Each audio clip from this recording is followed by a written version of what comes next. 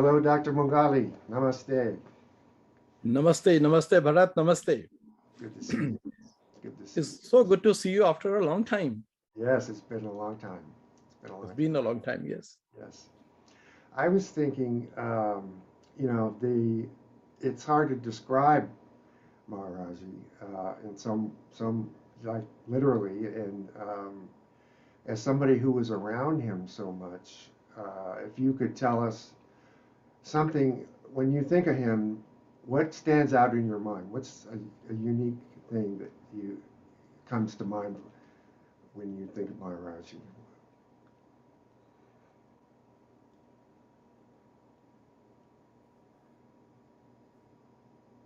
Very interesting question, Bharat. And such kind of a question, the very interesting thing about Maharajji, whereas everything is interesting about him, and I'm required to isolate one interesting thing. Well, this kind of,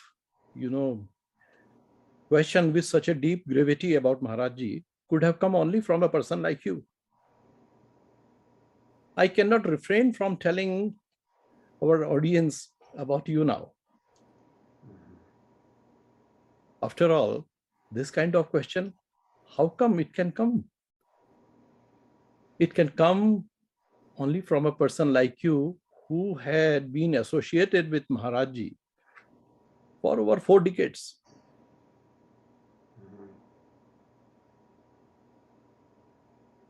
And closely associated with the principal messenger of Maharajji to West,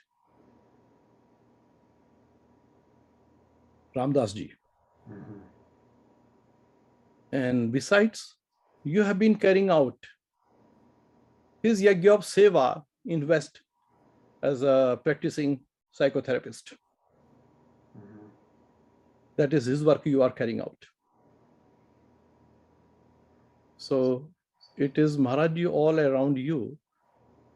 Perhaps he may have goaded you to ask this question. Well, it's a baffling one. So rather than on my conscious memory, I would like to plunge into my subconsciousness to come up with an answer, abrupt answer for an abrupt question. Well, in that case, what I feel would be the most important thing about Maharajji will be his catchphrase, Jao. His famous Jao. That everybody, whoever was fortunate to have been in his presence, including me, they are so well familiar with this Jao because it re-echoed wherever Maharajji was, whether in Kachi or anywhere for that matter. All through the day, he would say, Jao. And this Jao was not just a word. I would like to say that it was a miraculous word because though it was a single word Jao, which in Hindi means just go in English, go. Go. Go. In English, it would be translated go. And most of the Westerners, when they plan to visit India, they prepared themselves with the basic knowledge of Hindi, a few phrases, a few words, to facilitate their visit. So they know they use Jao to shun off something unpleasant, unwanted. Yes. Something pestering you like a beggar, you say Jao. Get lost. So Maharajji used to utter this word all through the day. But this word, so many times said in a day or every day, all the times, was multidimensional. It had innumerable meanings. And so many ways he said it. It could be a whisper, it could be a loud bellow, or it could be a sharp yell, depending on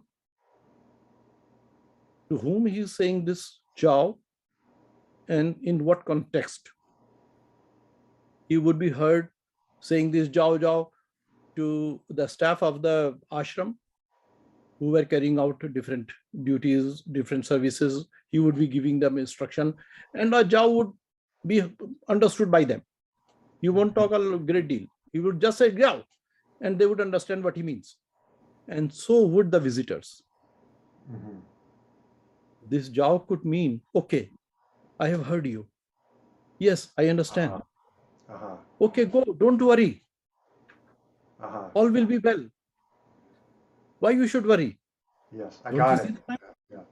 Jao, Jao, go with my blessings, go with my grace. Yes. Go with assurance. It's Complete. Yes. That was assurance. It could be a praise. Jao, yes, I'm happy with you. It could be a warning as well. It could be used in so many ways, in diverse ways, but always very clearly understood by whom it was being said to. Mm-hmm.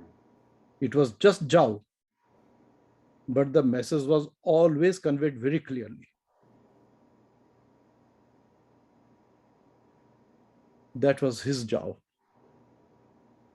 In a single word, he could convey what he wanted to convey. Mm-hmm. It was not only that the Jao would be heard, even from a distance, if you ever watched him from a distance, out of earshot, you just can't hear him actually. But you are seeing him from a distance. He is with some people or in the crowd, and you could easily make out that he was saying Jao. Yeah, it was so simple. It has been my own experience. I know, and it is an experience of so many people. It's not only me. It could be felt from a distance that what he's saying now is Jao. Yeah, it was part of his sound. Yes, that's it. Even without sound, it will reach you. Yes. And it often meant the real Jao. Go. Mm-hmm. And that could be for any length of time. It could be momentary. For example, he would say somebody is bowing on his feet, and he would say Jao. Now, what the fellow would do, he would just get up, move about a few paces, and then come back and sit right in front of him. Mm-hmm. And he will completely forget that he had said, just a few moments ago, he has said this, asked this man to go. Mm-hmm. And he will carry out the normal conversation. Mm-hmm. And at times, this Jao could be, for indefinite period and even forever. Mm-hmm. This Jao, those miracles in people's eyes happened in their life, they generally had this suffix of Jao. He would say they will come up with request, with a prayer, with some hope. It will be eventually fulfilled in a very strange manner, that what people would know later as miracle.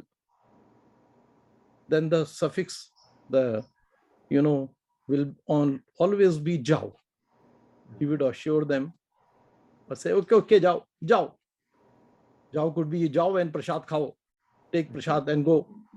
Mm-hmm. And even he would express his anger as Jao. I don't agree with you. Just Jao. So it was a very diverse Jao. And fortunate are the people who were really jawed by him. We were talking about Ramdas ji. I wonder how many times he had been jawed by him. Mm-hmm. Yeah. He used to say often, Maharajji would say Jao, And we Jao. That's Jao. Jao. Joe, Jao. All the way. Joe, go with love. Go with love. Go with love. Yeah. It was, see, he may express his anger, he may convey his anger or disagreement with that Jao, but what was always underneath that Jao, in whatever circumstances, with whatever meaning, with whatever intention the Jao was spoken to, it was always, it shared only one thing always. That was go with my love. Mm-hmm. Go with my assurance. Don't That was worry. given. That is it. Yeah. That was his Jao. Uh-huh. And Bharat,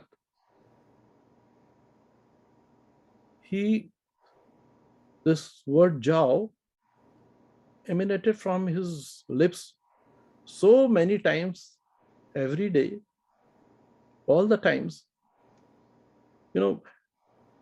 Those who have seen Maharajji from close quarters, they know at times he would be found chanting, lost somewhere in the space, gazing at the space and chanting Ram, Ram, Ram, Ram, Ram, Ram, Ram, Ram, rapidly, as if counting in his fingers, Ram, Ram, Ram, Ram, Ram, Ram, Ram, Ram, Ram, Ram, Ram.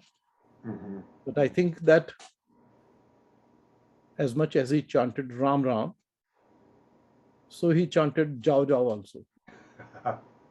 And the Jao, Jao was his real prasad to people, to everybody. Mm-hmm. A visitor would come, sit by his side, touch his feet.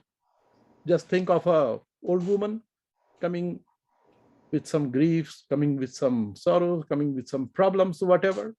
Mm-hmm. And he looks at her and says, Ma, ja, ja, ma, ja. Mm-hmm.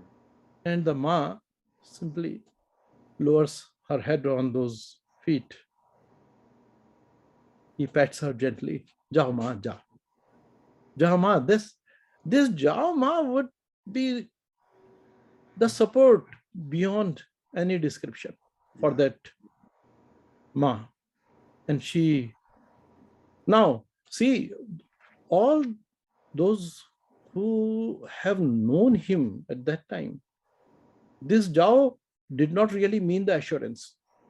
Mm-hmm. It was not a word of assurance. It was not something that I have heard, okay, go now. They knew it is not assurance. It is already done. Uh-huh. Jao means it's done. Whatever, with whatever intention, with whatever complaint, with whatever you wanted to say, you had come, Mm-hmm. is already heard and granted. Yes. That It's is what Jao was. immeasurable. It was immeasurable. It was immeasurable. Yes. Even now, since no matter how long we continue to talk about this Jao, it will always remain inconclusive because it was infinite in itself. See, just think, Jao or Ja, they are just the same things. In Hindi, if you talk to your junior, somebody junior to you, so in the formal way, you address him as tu. So when you say tu, you say ja. When you are informal, you say jao. Either you are addressing the person as tum or you are addressing the person as aap.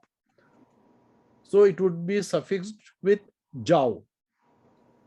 When you are talking to someone very close to you, your friend, your junior, your child, and even God, you will address as tu. Mm-hmm. So the word would be ja. The most familiar form. It is it. Yeah. Mm-hmm. So maybe when we are talking about this Jao,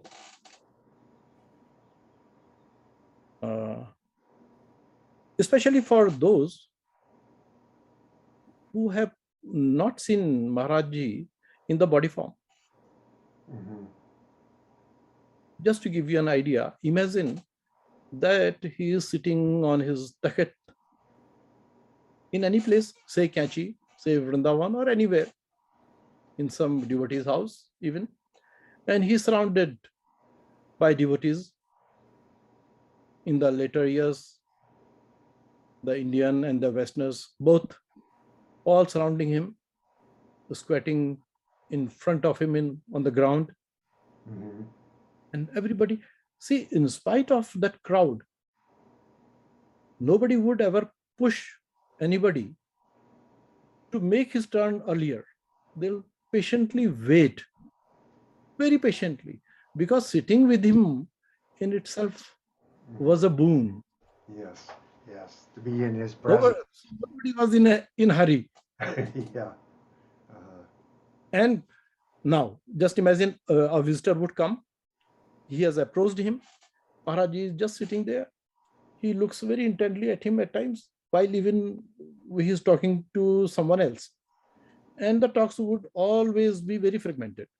He will hardly complete a sentence or the talk and shift his attention to someone else. Huh? Mm-hmm. And then the person bows on his feet and he would say very casually, Ja, ja prasad kha, ja. Okay. Nothing was said. The person has come to meet him from a long distance. He has a lot to say. He wanted to say. But when he touched his feet, nothing is being said, nothing is being heard. And the person is already light, as if he has already unburdened himself. Yes, yes, right, right. Yes, And later he would realize that he didn't say anything, he didn't ask, yeah. but yet he feels so light. That is what Maharajji was. And many a times, somebody with a problem, a great problem, has approached him and he wants him to help. I remember once I was in Kachi, a person started crying very loudly.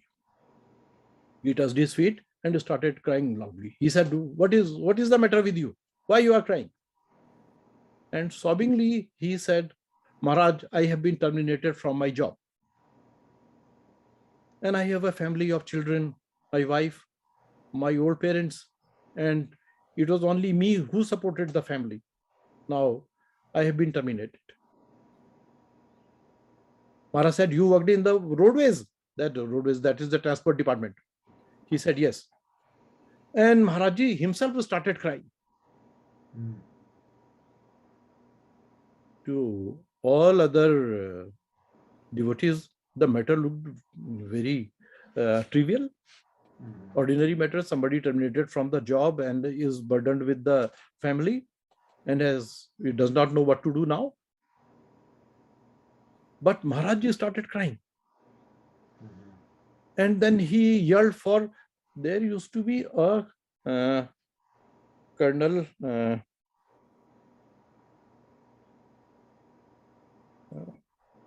I'm forgetting the name, just 2 words. Colonel Rekhi. Yes, I remember. Colonel Rekhi. Then he yelled, Colonel Rekhi ko bulao. Get Colonel Rekhi. So Colonel Rekhi was a retired colonel from army, and he came. Maharaj said, Are iska intijam karo. Do something for him. He has a family to support. Just people don't understand others' miseries. And he had tears in his eyes. See? Such a trivial thing. Such a common thing. Losing a job is nothing very special in that way. But for whom? Who has lost the job? It may be the biggest ever problem in the life. You're right. How many people would really realize the problem is big for one who is facing it? Yes. It is not for the spectators to decide. But Maharaj was not a spectator. He was not only watching. Yes. He could do it and he always did it. And he did that with compassion. He did not do it out of sympathy. He did it out of empathy. Yes. He felt the pain of the people, he did not sympathize. Yeah, what it meant to them. Yeah. He empathized. Yeah. That's why. Yeah. That is you what feel sorry the for them. miracle of love is. Yeah. empathy for them. Yeah. He had empathy. He did not have sympathy. Yeah. Sympathy is something, virtue. Empathy is not a virtue. It is a sensitivity. Mm-hmm. It is a supreme sensitivity. Yes. Only God can have that. Mm-hmm. That's why he was what he was. So he would be assuring Zhao, he would be scolding with Zhao, he would be stopping with Zhao, and he would be asking to leave with Zhao. Is there a particular jow he did with you that you remember? Yes, he did. And I'll tell you, in fact, I have faced his Zhao many times. And every time it was with a scorn. But it was always rewarding. It was always rewarding. I'm so fortunate. Mm-hmm. As a child, as a teenager, and as a young man, when he left his body, I had the fortune of facing his job many times over. But as a septuagenarian now, it may have, annoyed me at that time. But today, as it is time that reveals things in different light, the spectrum changes. Mm-hmm.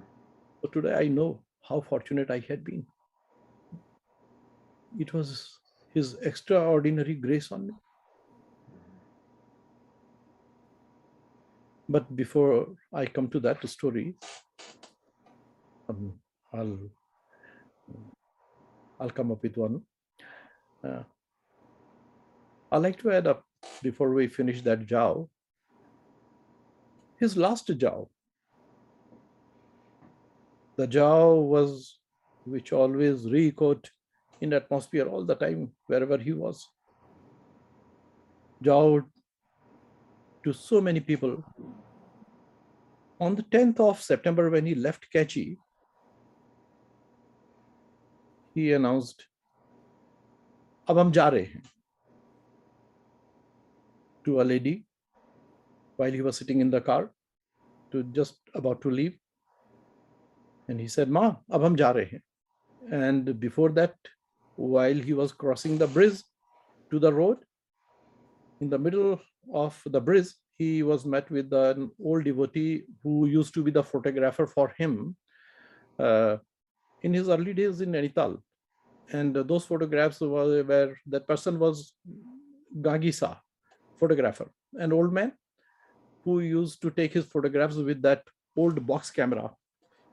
Mm-hmm. Mm-hmm. With the plate film, Yeah. Yes.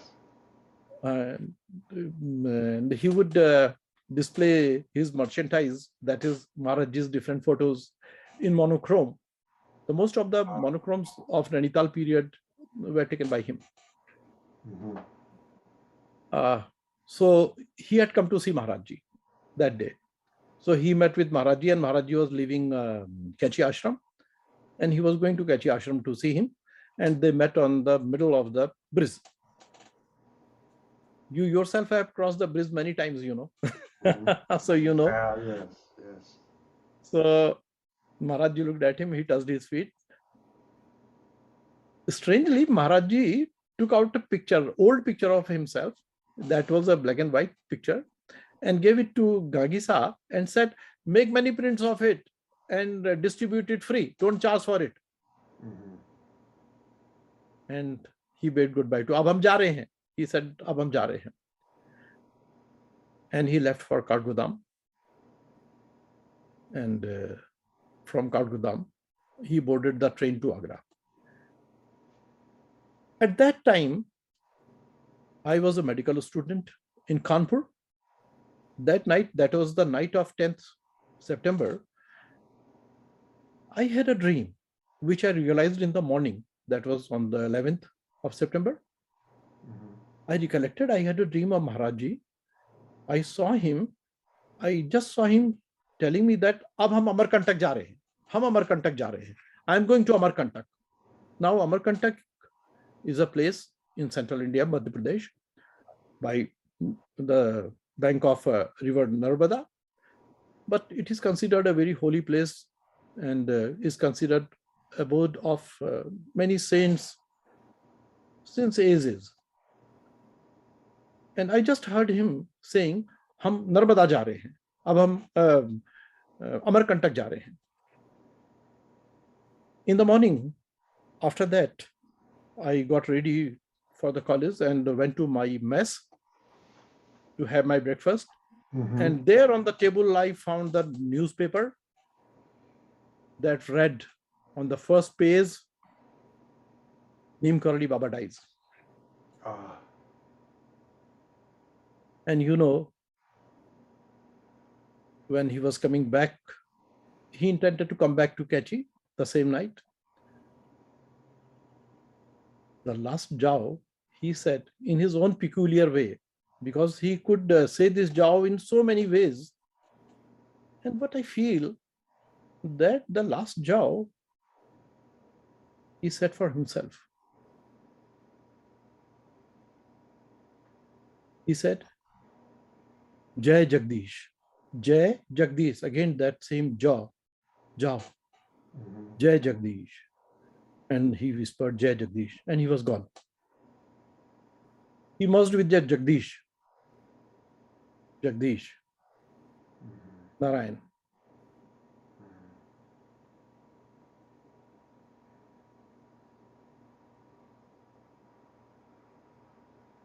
Those were his last words. That Jao, that very special Jao, was his last Jao, his last word, and addressed to himself. He must be disintegrated in the Jagdish, left behind a vacuum filled with silence for devotees to take a plunge in that silence, in meditation, and be with him.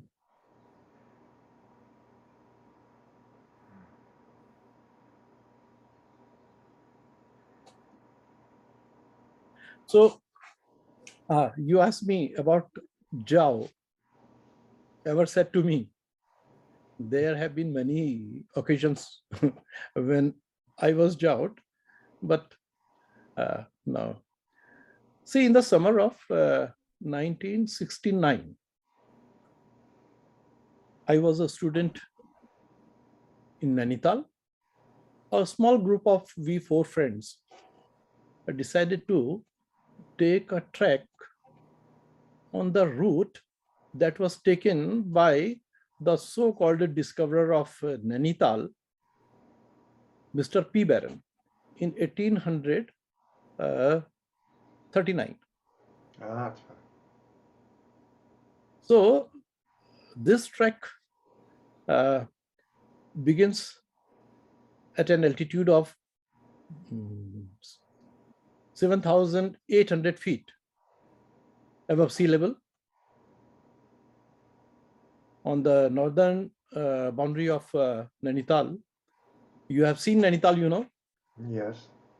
So the northeast side of the lake is bounded by that hill range. It is called Hirka Danda. And there on top of it is the famous Bidla school. So that trek begins from that point. And it descends down on the northern face of that hill range through alpine forest and offers breathtaking views of Himalayas. On the way, we were held by a sudden downpour, heavy downpour and very strong winds. But eventually we managed to emerge at the Bhavali Kanchi road. Now, having faced that downpour, the nearly storm-like situation, and we were tired of that long march. The first thing that occurred to us was food. Food? And since food, simple food, Yeah. so, and the answer was there. We were about to pass by the Kachi temple and knew that food, the hot meal would be served all the time there. But we did not know if Maharajji was there. So our focus was on food which would be available in the temple. But since, though going to temple, Kachi temple was not part of our that day's trek, but necessity of food compelled us to reroute ourselves to the temple. Now, since the topic of the temple had come, so I was on the lead. And I could not miss an opportunity of impressing my friends about my acquaintance, close acquaintance with Maharajji. So I boasted a lot. I exaggerated things. I boasted a lot. So I was talking about Maharajji, I was talking about things about him. And eventually, they were not interested in anything else other than food.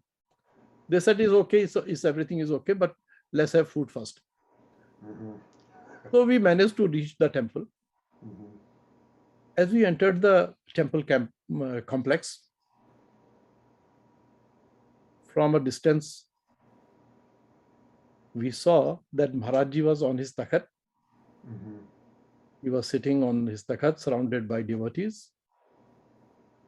And he was in his regular maroon, brown, black plaid blanket, and he was talking to people. I was delighted to see him because now it was my fortune to finally impress my friends. I had the show in my hand. So I led them towards the crowd, to Maharajji. And without a second thought, I made my way through the crowd of the devotees who were sitting on the ground in front of him. I made my way through them straight and stood before him. He looked at me with a kind of disappointed look on his face, and as if swatting a fly, he waved me, "Jao, ja." He said, "Ja, go." I had not even touched his feet, and he had dismissed me with disdain. I was stunned. How painful that must have been. Yeah. I stood there in disbelief. How come? How come? And I even forgot to bow before him, touch his feet. He said, "Ja."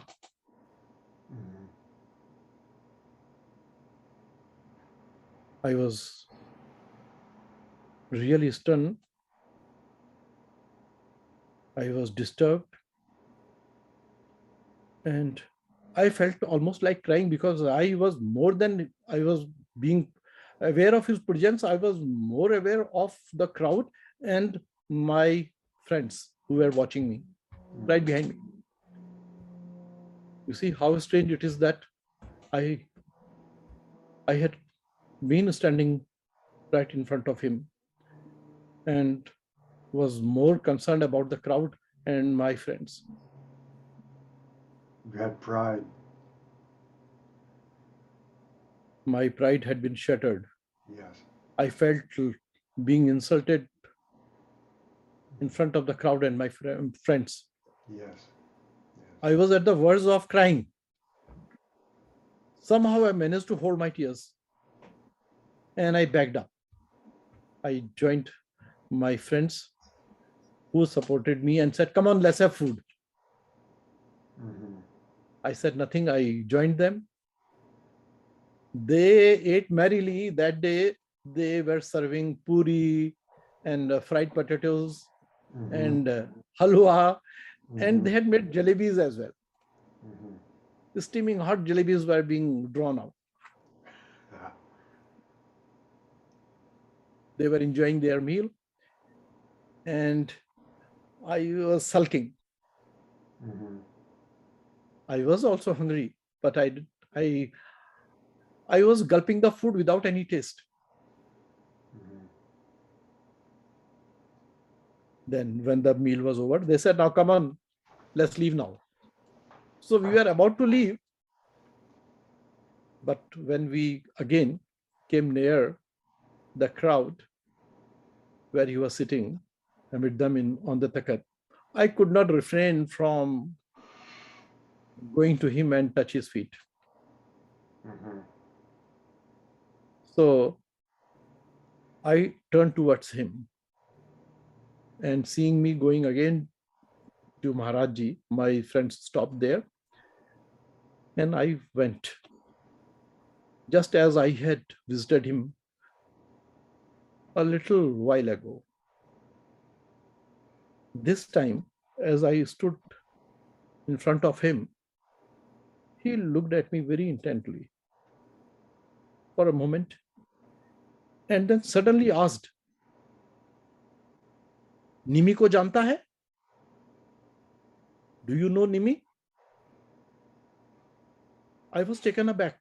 I was not ready for such question. Nimi ko janta hai. He asked me, "Nimi ko janta hai? Nimi ko janta hai? Do you know Nimi?" And I nodded my head in denial. In fact, I did not really understood the question. Right. So I denied. Good. Now, Nimi was the name he had given me a few hours after my birth.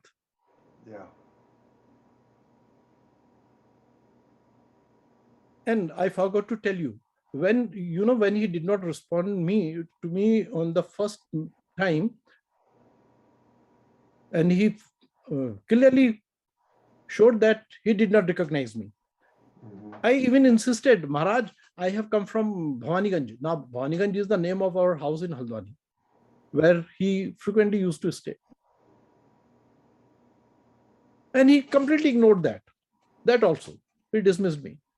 But this time, he asked me, "Nimi ko janta hai?" Later, I realized that I heard this name Nimi from his lips for the first time. Mm. He had never ever addressed me Nimi, ever again. He spoke to me many a times, but without any name. He never needed any name to talk to me anyway. But this time he asked me, "Nimi ko janta hai?" When I nodded my head in denial, then he replied himself without waiting for my answer. He said, "Ramchandra ji ka vanshas tha." He was an ancestor of Ramchandra ji. Uh-huh. Nimi was an ancestor of Ramchandra ji. And he lives here. He lives here, pointing to his right eye with his right index finger. He said, "And he lives here." Acha ja, jane de. Okay, let go it. Go. What did he mean by that? I He lives touched his here. feet. This time, when I touched his feet, he patted me a couple of times on my head and gently shoved me back on my shoulder. And this time, the jaw was entirely different. He said, "Ja, I'm always with you, that kind of Jao. Uh-huh. Uh-huh. Everything melted inside of me. Everything, that anger, that anguish, that complaint, that pain of dissection. I felt like that he had disowned me. Everything simply evaporated, just like dew in open sun. Mhm. This time, I could not help stop the tears welling up in my eyes. But I don't know, it's so difficult to describe. But I felt something which I cannot describe. Mhm. I was very light. I turned towards my friends, and I cannot call it even happiness. I was so light. In fact, I was devoid of, if it would not be wrong to say that, I was devoid of any emotion. Mhm. And we left Kanchi Ashram. Now, But it wasn't like you were numb, right? When you say yes, devoid of emotion, you maybe felt equanimity or um, a dispassion.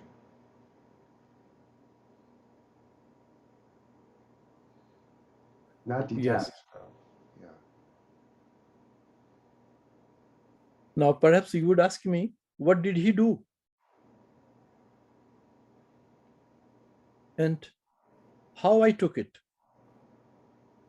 It seems a very or like a very ordinary story that would be a commonplace with Maharajji and around Maharajji. But for me, it was something, a kind of turning point. At that time, as a teenager, as I was,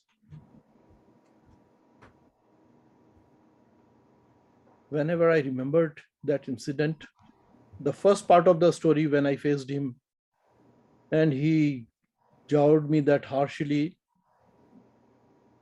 that left a pain, a deep pain within me, because I interpreted it that he had hurt me. He had Mhm. insulted me right before the eyes of my friends, the crowd. And then the meaning gradually changed with passage of time. As time rolled on, it revealed something else. That day, perhaps, he sowed the seed of asking myself and find the answer. However, the answer came by itself in its own time. If I say my ego was hurt, what ego was? My ego. Just like my hand was hurt, my foot was hurt, my head was hurt. Mhm. It's not me, it is something of mine. Mhm. So ego was not me. Later I realized ego was not me. It was just like the reality. It is perhaps a part of me, but not me, actually. Yes. Right. Yes. And did he really hurt me? Where did he hurt? Where did it hurt? Where? In my heart? In my emotions? But I felt hurt. That's true. Later, I learned that, see, it was not him who hurt me. It was me who was the reason of the hurt, who was the cause of the hurt. That me was myself, and I did not know the self, and I did not respect the self, and I expected it from others. including him. Mhm. You wanted to be proud in front of your I wanted family. to be proud.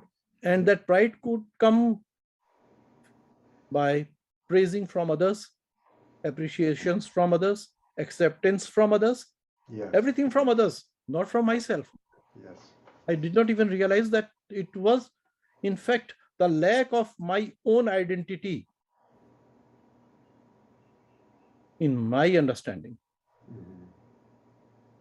I did not know the self. So I looked for whatever I looked for from others. And how come? Uh, why would they oblige me? And why would their behavior affect me?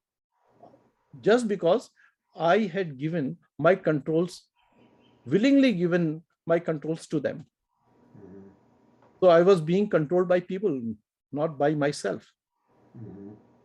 So then again, it was lack of understanding of the self. Yes. You were a boy. You I were. was a boy, that was it. Yes. So with passage of time now, as a septuagenarian now, Mhm. I say, now, see, it was his grace. Mhm. I am so fortunate that he did that day for me what only he could do. I didn't ever have to learn that. After all, Maharajji was not a teacher, Yeah. So there was not a relationship of teacher and a disciple, Mhm. a taught. There were no questions. There were no answers. He was, he was godlike.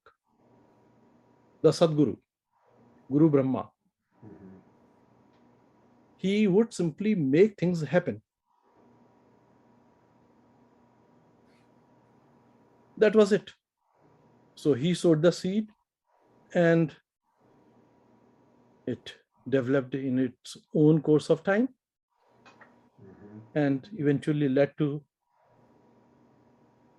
the anguish, that suppressed anguish, that pain that eventually bloomed in what I feel now.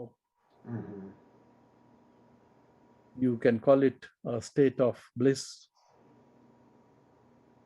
because it's difficult to define, put in words. But anyway, I really love, I really like it.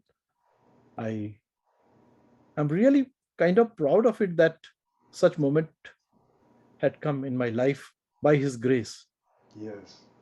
I was on a track without any intention of seeing him and happened to see him.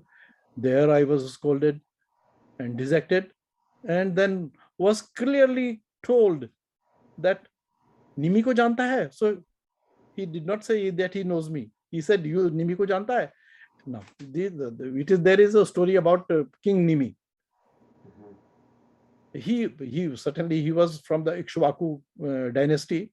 That's from which Ramchandji also comes. Huh? Shibaku. Ikshvaku. Ikshibaku. Ikshvaku. Yeah, Ikshvaku. Uh-huh. And then now the very important thing. Then he said, यहाँ रहता है वो. In Hindi, there is an idiom that is palko mein rakhna. Palko mein rakhna means to pamper with great care. Mhm. And the story of Raja Nimi was that, King Nimi was that, uh, it's a small story. King Nimi, uh, he founded a new city, and for that he decided to have a yagya. And that for that yagya, he had invited the sage Vishwamitra He to invited the preside sage. over his to preside over his sacrificial yagya. Yeah. Uh-huh. But the sage Vishwamitra told him that he had already been engaged by the Lord Indra for another yagya. So he said that I'll first finish that duty, and then we'll undertake your Agya. Okay? Mhm. To this, the Rajanimi did not answer anything. He just kept silent. And Vishwamitra assumed that he has given his assent. And he left. Mhm. In the meantime, finding that Vishwamitra was not available, Nimi got his Yagya done with other rishis. Uh-huh. And as Vishwamitra hurriedly came to Nimi to complete his Yagya, to start his Yagya rather, after having finished the Yagya of Indra, Mhm. he found that the King Nimi's Yagya was just about to finish. Ah. And it was being conducted by other rishis. He felt offended. Mhm. He felt very much offended, and he cursed the King Nimi that you have insulted me. So your body will fall to ground, you will be without a body. Now King, as he was cursed, King Nimi's body fell to ground and he existed without a body. That's right. See, this is the lesson. It is very interesting. And since he was without body, so he was called Videha, without a corporal body. And with that started the lineage of the Videha Janaks.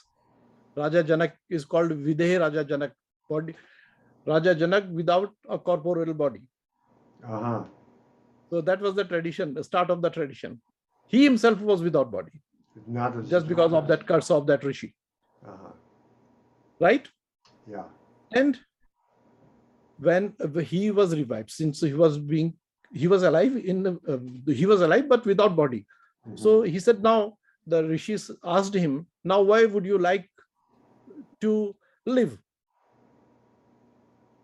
Tell us, we will make arrangements for that. He said, I would like to live in the eyes, on the eyelid of the people. Ah. Uh-huh. Got my point? Yes, yes. Now, Bharat, understand Maharaj telling me this little piece of story. Nimi ko janta hai? Ramchandra ji ka, you know Nimi? He was ancestor of Ramchandra ji, and he lives here. He lives here because he lived there because he did not have a body. Videha. Uh-huh.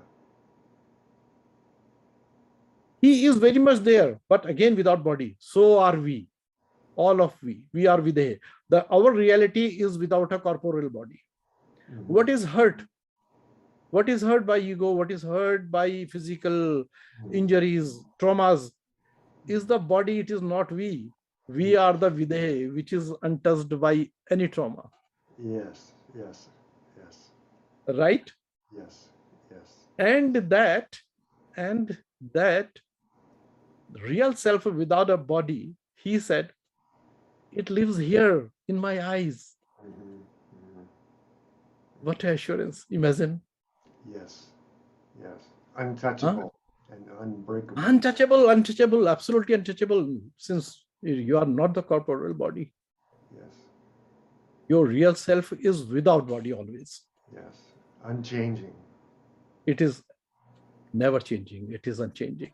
Uh, So if you call it a teaching, if you can decipher the few words mhm. into a meaning, that's all his grace. Otherwise, it's such a small conversation between me and him. In fact, I did not say a word even. I simply nodded my head that I did not know Nimi. I touched his feet and he told me to go. This time, entirely different way.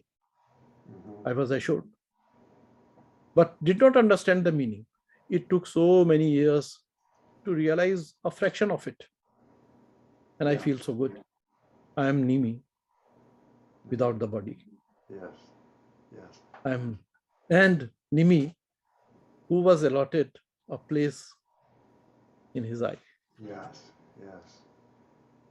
So what ego? profound, these interactions, it takes 60 or 70 years to unpack them, right? See, Yeah.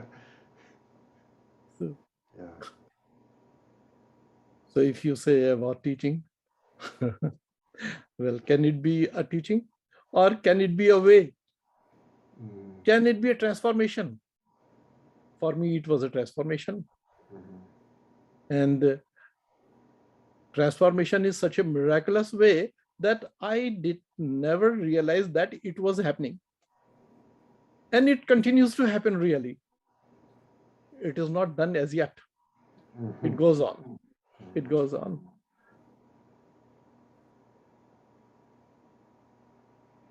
Beautiful. That's wonderful. Yes.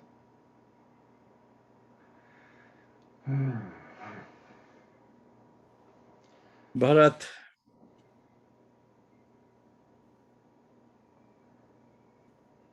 or I'm leaving you with him, Maharajji now.